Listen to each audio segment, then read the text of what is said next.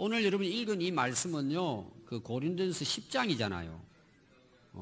고린도전서 10장인데, 원래 고린도전서 10장 1절에 원래 이제 그 원어 헬라어에는요, 헬라어 내용에는 그 어떤 단어가 들어있느냐 하면 가알이라는 단어가 들어있어요. 가알. 근데 이 번역을 할 때 그거는 없애고 그냥 뜻만 연결했어요. 그 가알이라는 말이 뭐냐 하면 왜냐하면 이거예요. 제가 그런 거 많이 강조하잖아요. 그러므로 이런 거. 이게 접속사란 말이에요. 그러면 가알이 들어간 이유가 뭘까? 오늘 이 10장은 앞에 나오는 9장과 연결된다 그런 내용이에요.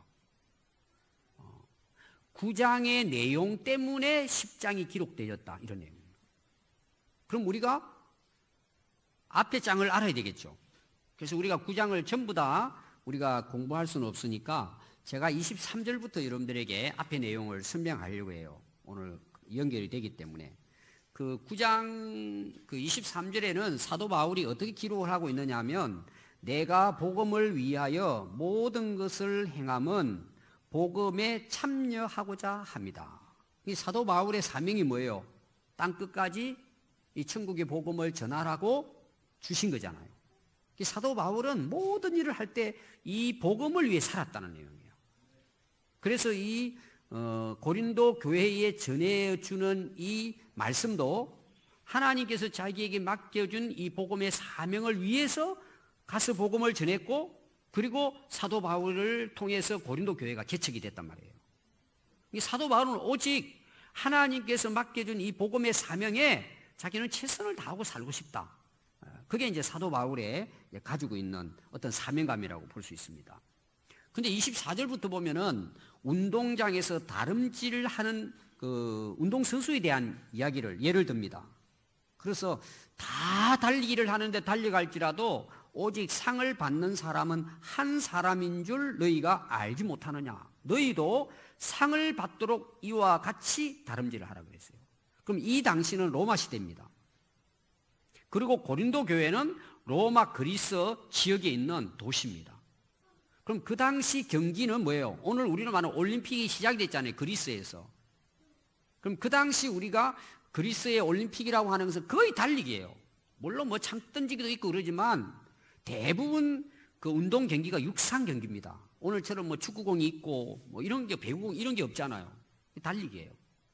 달리기에 있어서 최고의 하이라이트가 뭘 같아요? 마라톤이에요. 거기서부터 시작이 됐잖아요.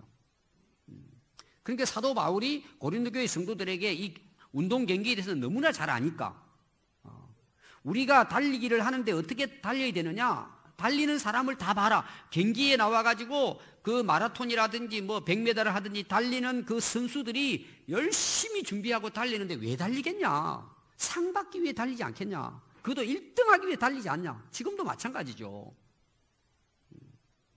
너희들도 이 세상을 살아가는 데 있어서 1등을 하기 위해 달리는 달리기 선수처럼 달리라는 거예요. 뭐 다 1등을 할 수는 없지만 그런 자세를 가지고 이와 같이 너희들도 다름질하는 거예요. 여러분, 우리 인생을 되게 달리기에도 비유를 합니다.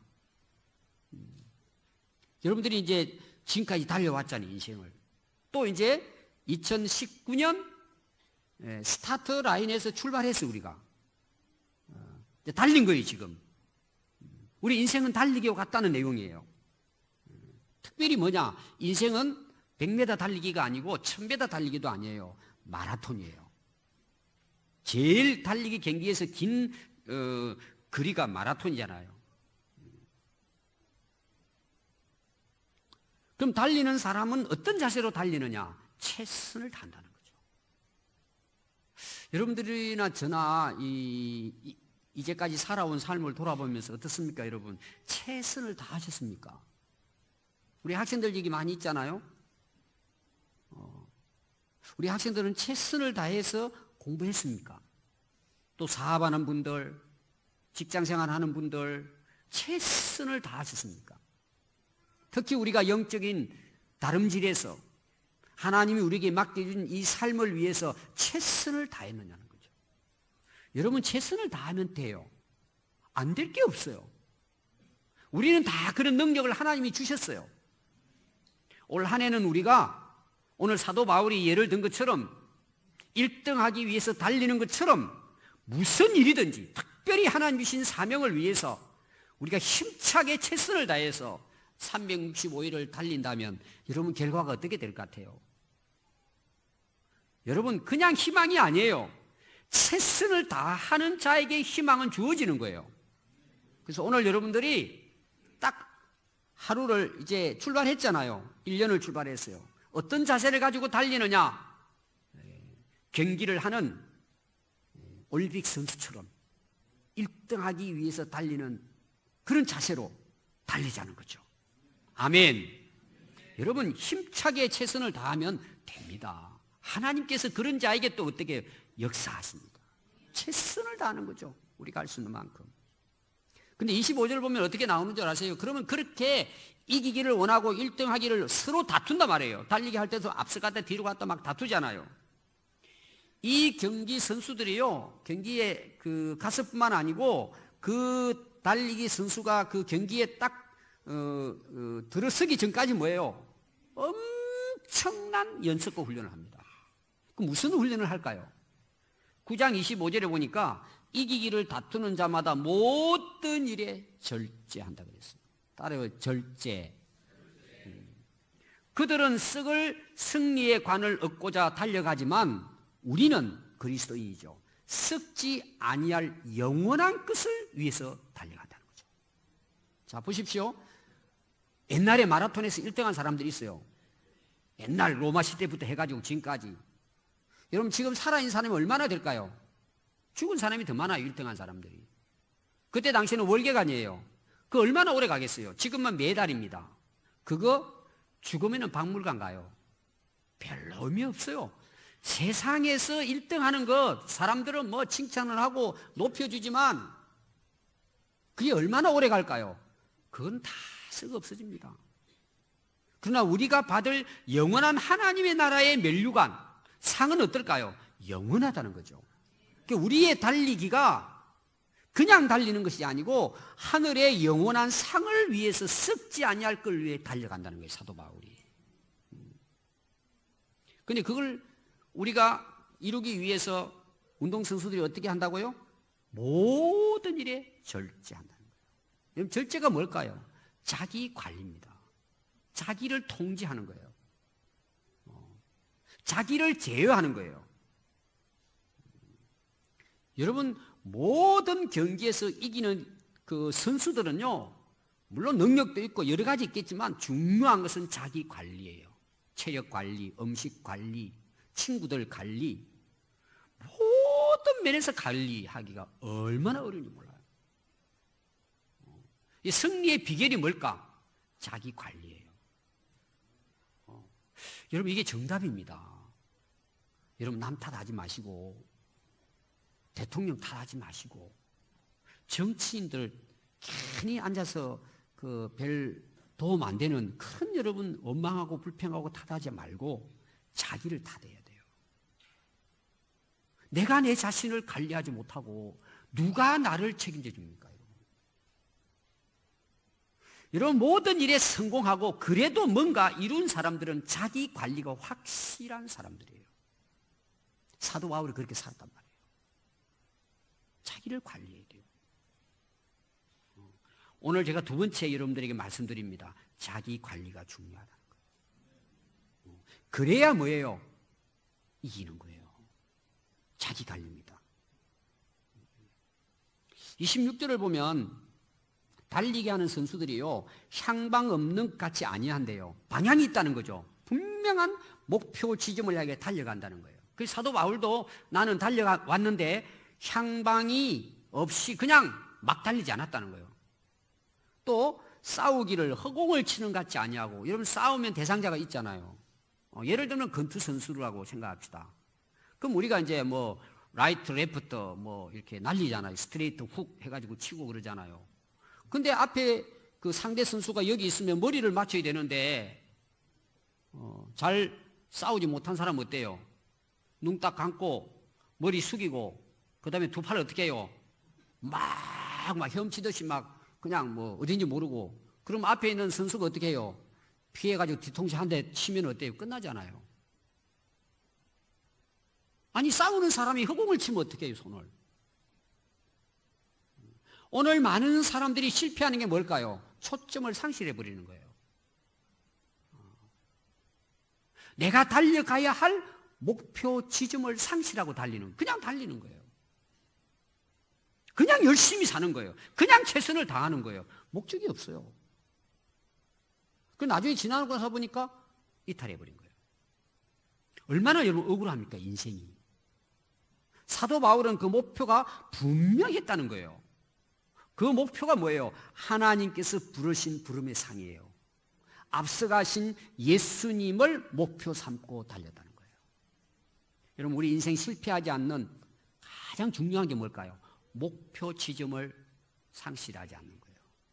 그래서 원래 그 뜻은 뭐냐 하면요, 여기에 향방 없는 것, 이 말은 뭐냐? 불확실하다, 이런 뜻이에요.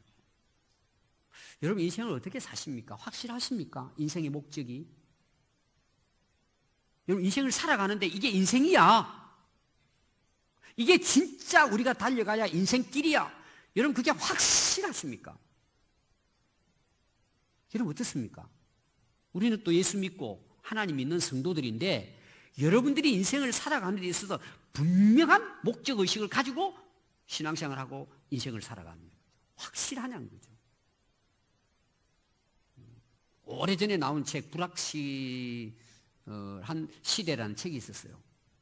오늘 이 세상에 살아가는 많은 사람들이 모르고 달려가는 거예요. 사람들이 달려가니까, 애들이 학교 다니니까,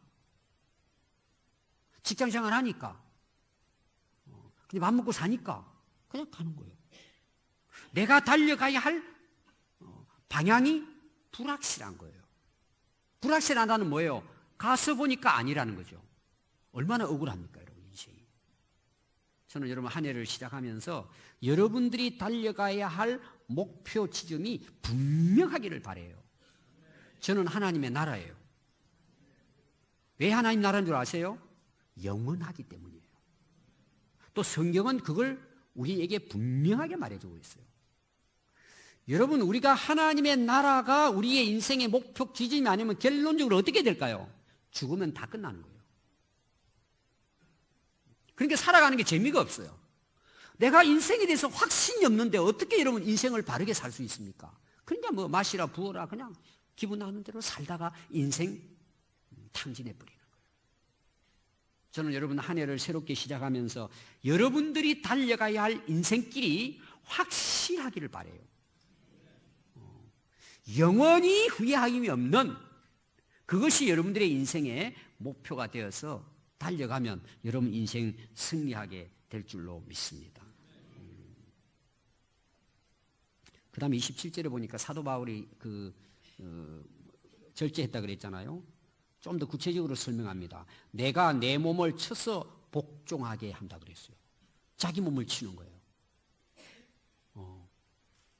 자기에게 상처를 낸다는 내용이에요. 자기에게 상처를 낸다는 내용이에요.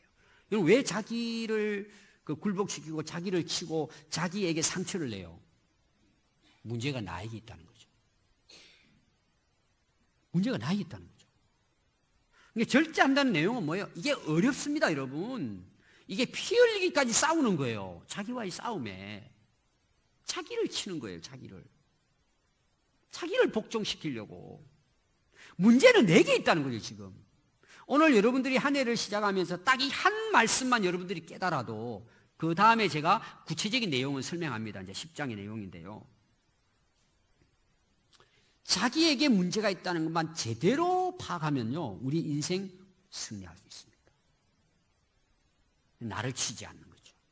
다른 사람은 잘 치면서 다른 사람 막 비판하고 막 이렇게 하면서 자기가 자기 자신을 반성하지 못하는 거예요.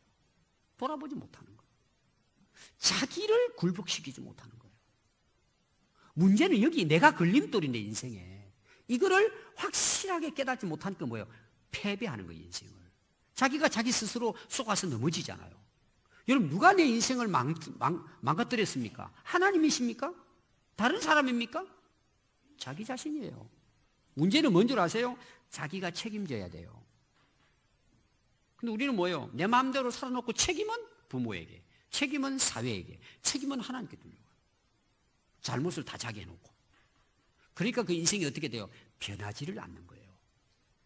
여러분, 우리 인생은 무한 가능성과 희망이 있어요. 우리가 그걸 다 가지고 있어요, 현재. 실제로. 여러분, 많은 사람들이 이런 말씀을 전하는 게 그냥 여러분들 위로되라고 하는 말씀이 아니고 실제로 그렇게 됩니다, 여러분. 올해는 여러분 자신을 치세요. 여러분 자신을 굴복시키세요. 그러면 역사가 일어납니다, 여러분. 역사가 일어납니다. 완전히 새로운 인생을 살 수 있습니다.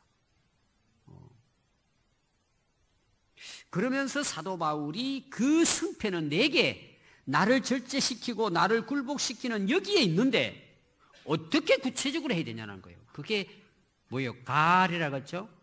왜냐하면 어떻게 하면 그게 10장에 나오는 구체적인 내용이에요. 이건 간단해요. 제가 간단하게 설명을 드리려고 합니다. 우리를 치고 절제하는 방식이 뭘까? 자, 먼저 몇 가지 제가 오늘 10장의 내용을 구분을 해서 말씀드리려고 그래요. 첫 번째 내용이 뭐냐 하면 하나님께서 이스라엘 백성들을 애굽에서 구출해 주셨다, 구원해 주셨다는 내용입니다. 그게 이제 1절에 나와요.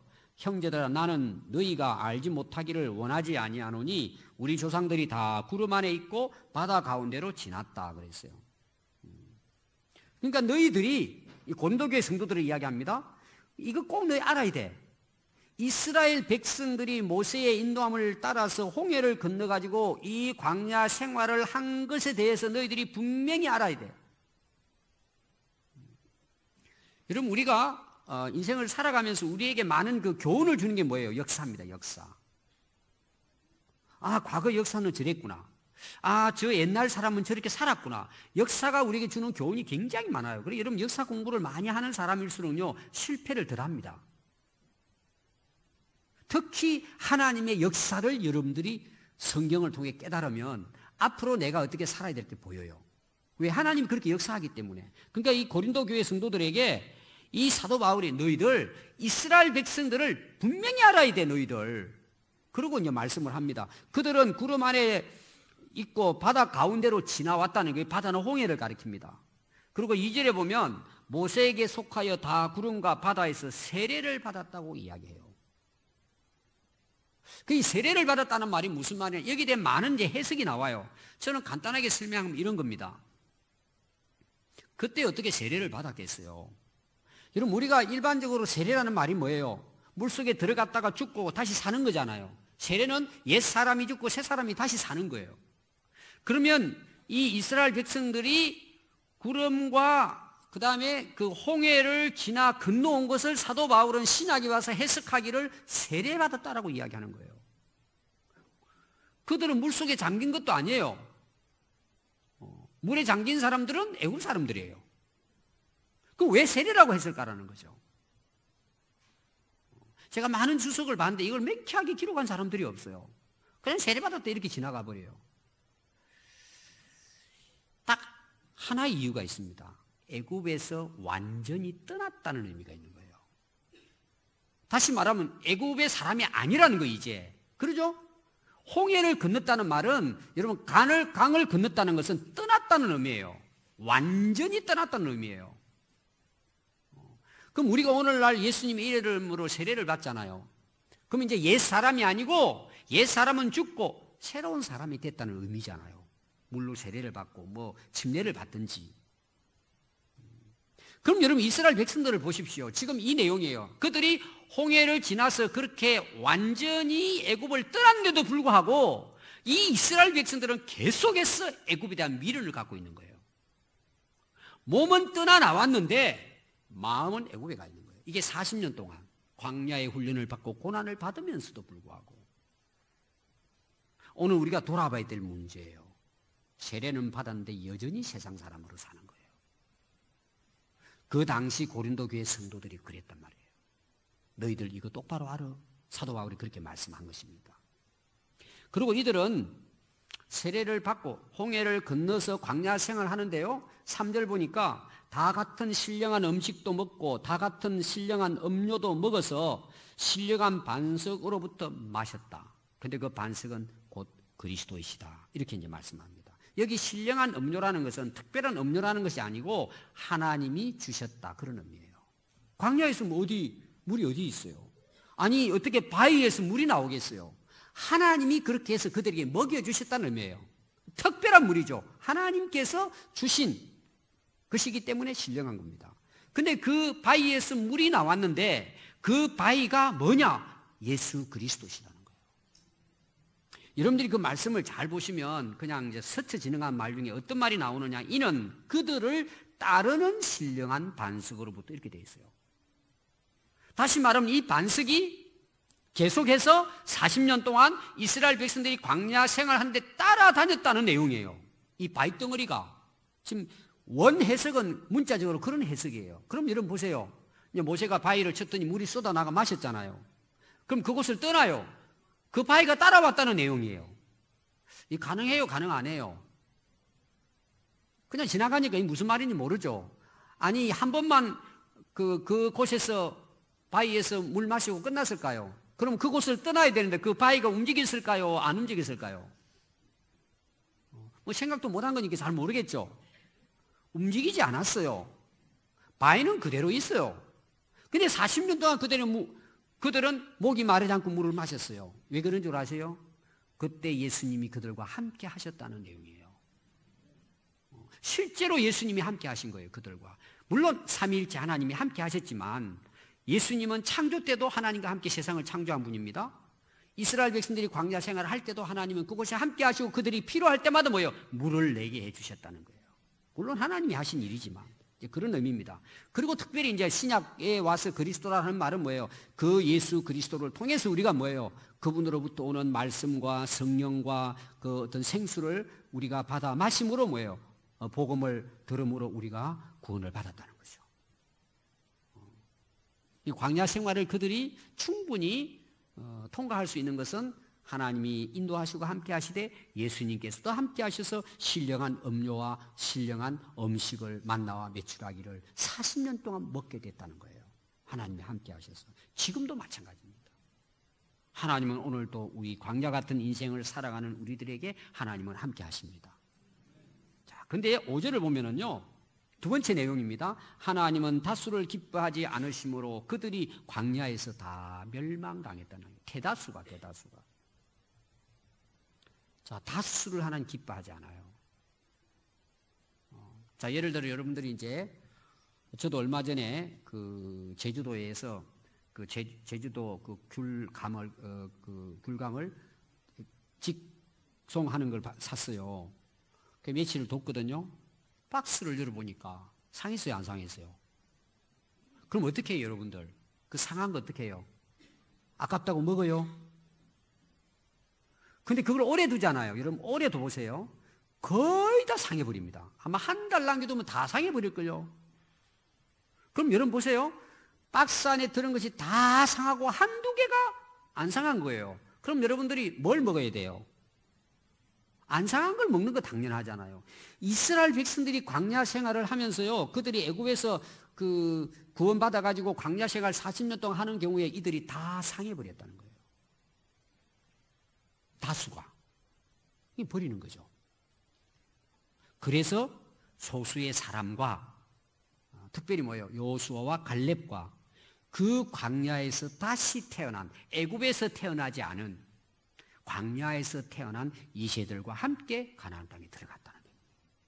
오늘 여러분 기억해야 될 것이 있습니다. 우리는 수를 좋아해요. 많은 숫자, 큰 숫자 그래요. 하나님은 알맹이를 소중하게 생각해요. 상하지 않은 걸 하나님은 기뻐하세요. 저는 항상 개인적으로 성경을 읽어보면 구원받을 사람이 많지 않을 것이다라고 저는 항상 봐요. 그래서 저는 여러분 한 분 한 분이 너무 소중하다고 보는 거예요. 우리가 세례받았다고 구원받는 게 아닙니다. 겉으로 세례받을 수 있어요. 속이 거듭나지 않으면 소용없는 거예요. 자, 애굽에서 출발해가지고 홍해를 건너가지고요, 세례받았다고 이야기하는데 그들의 마음은 아직도 뭐예요? 애굽에 있는 거예요. 여러분들이 신앙생활 하면서 한번 보십시오. 몸은 예배드리러 나오는데 여전히 생각과 가치관과 욕심은 세상이에요. 다수에 해당된다는 걸 기억하십시오, 여러분. 그냥 쉽게 넘어가면 되는 게 아니에요, 사실은. 올 한 해 여러분들이 인생을 살아가면서 하나님께 기쁨이 되는 알곡이 됐으면 좋겠어요. 싱싱하고 순수하고 깨끗하고 맑고 향기나고 맛있고, 저는 그런 열매 맺는 여러분 삶이 될 수 있기를 바랍니다. 세 번째 문제는 뭐냐 그러면은, 이런 일들, 이스라엘 백성들의 이런 역사가 오늘 우리들에게, 그 당시는 고린도 교회 성도들에게 본보기가 되게 한다는 거죠. 거울이라고, 지난 성경에는 거울이라고 되어 있습니다. 그래서 그게 이제 구체적으로 우리가 어떻게 이 한 세상을 살아가면서 우리가 자기 자신을 쳐서 복종시켜야 되냐, 이 문제를 이스라엘의 역사를 통해서 하나님께서 우리에게 오늘 교훈하시는 거예요.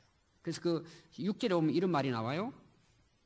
그들이 악을 즐겨한 것 같이 즐겨하는 자가 되지 않게 하기 위함이다. 그걸 거울이 되게 하되, 이스라엘 백성들을 하여.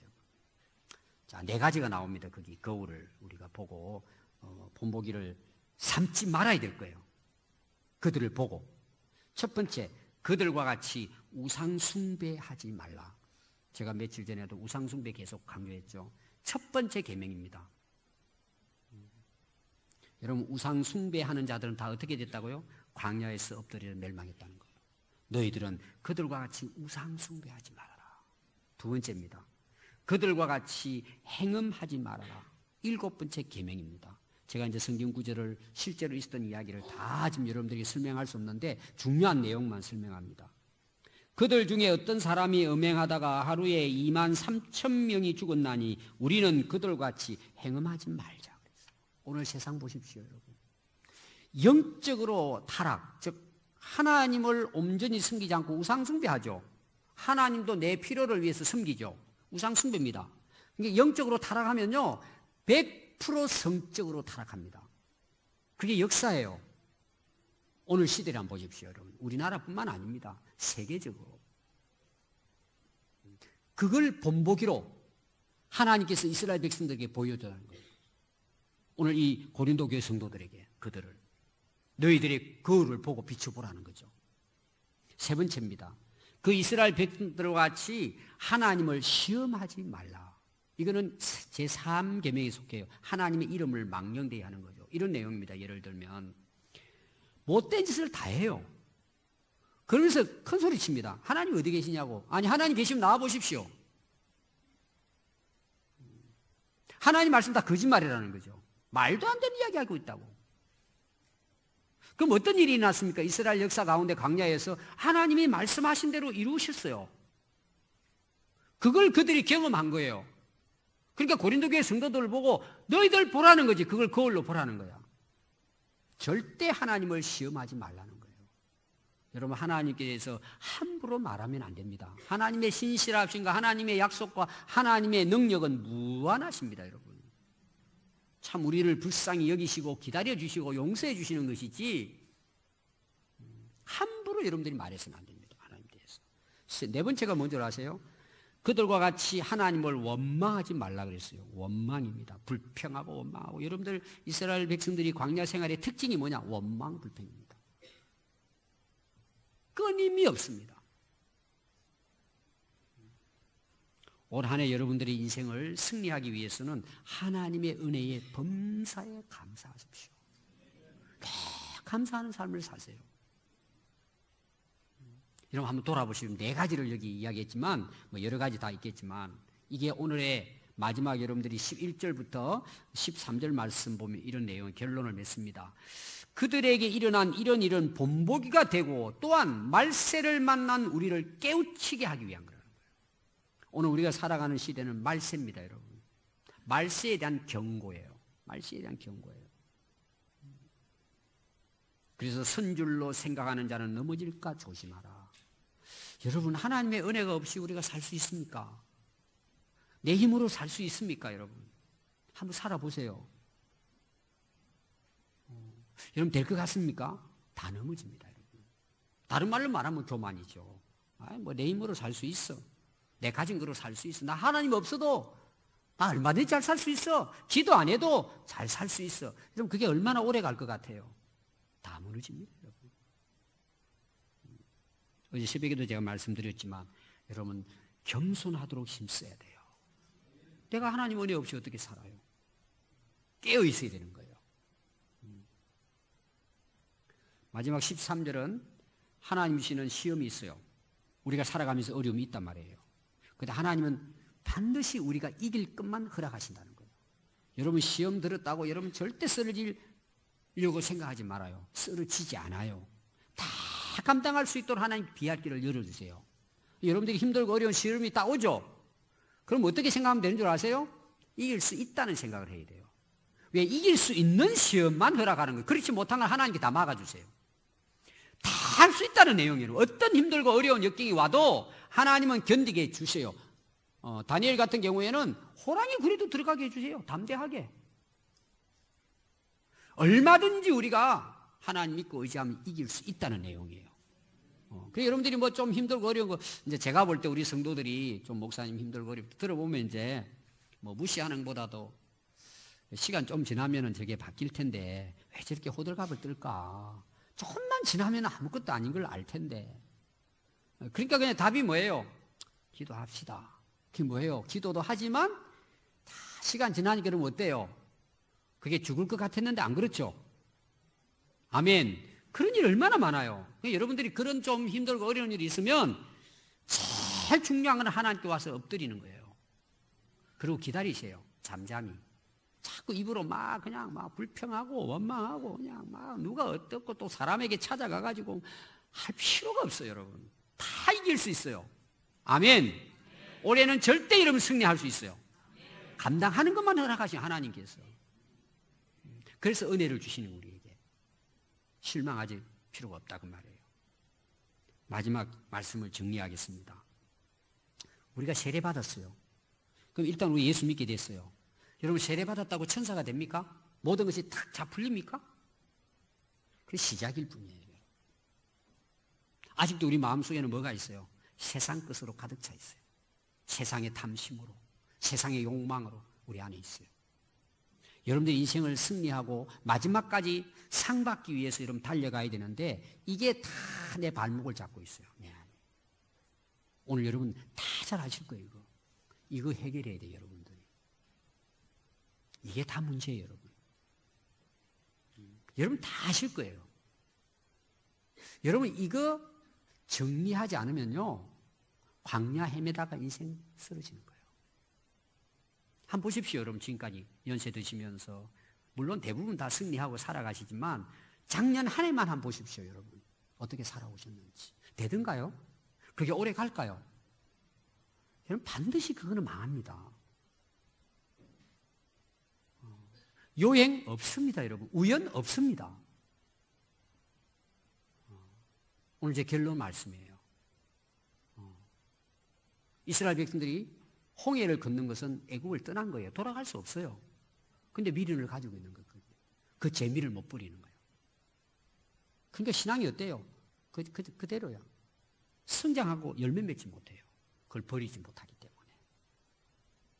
오늘 여러분 기도하면서 우리가 앞으로 달려가기 위해서 하늘나라 목표를 삼고 좌로나 우로나 지치지 않고 끝까지 승리하기 위해서는 여러분 안에 있는 거 해결해야 돼요. 미련 버려야 돼요. 탐욕을 내려놔야 돼요. 내 생각, 내 고집 얼마나 많아요. 우리가 새해 시작하면서 이거 딱 떨쳐버리고 한 해를 주님과 함께 멋있게 우리의 분명한 목표를 하늘나라 두고 우리가 힘차게 달려서 끝까지 달려서 승리하는 그런 인생이 될 수 있기를 바랍니다. 기도하겠습니다.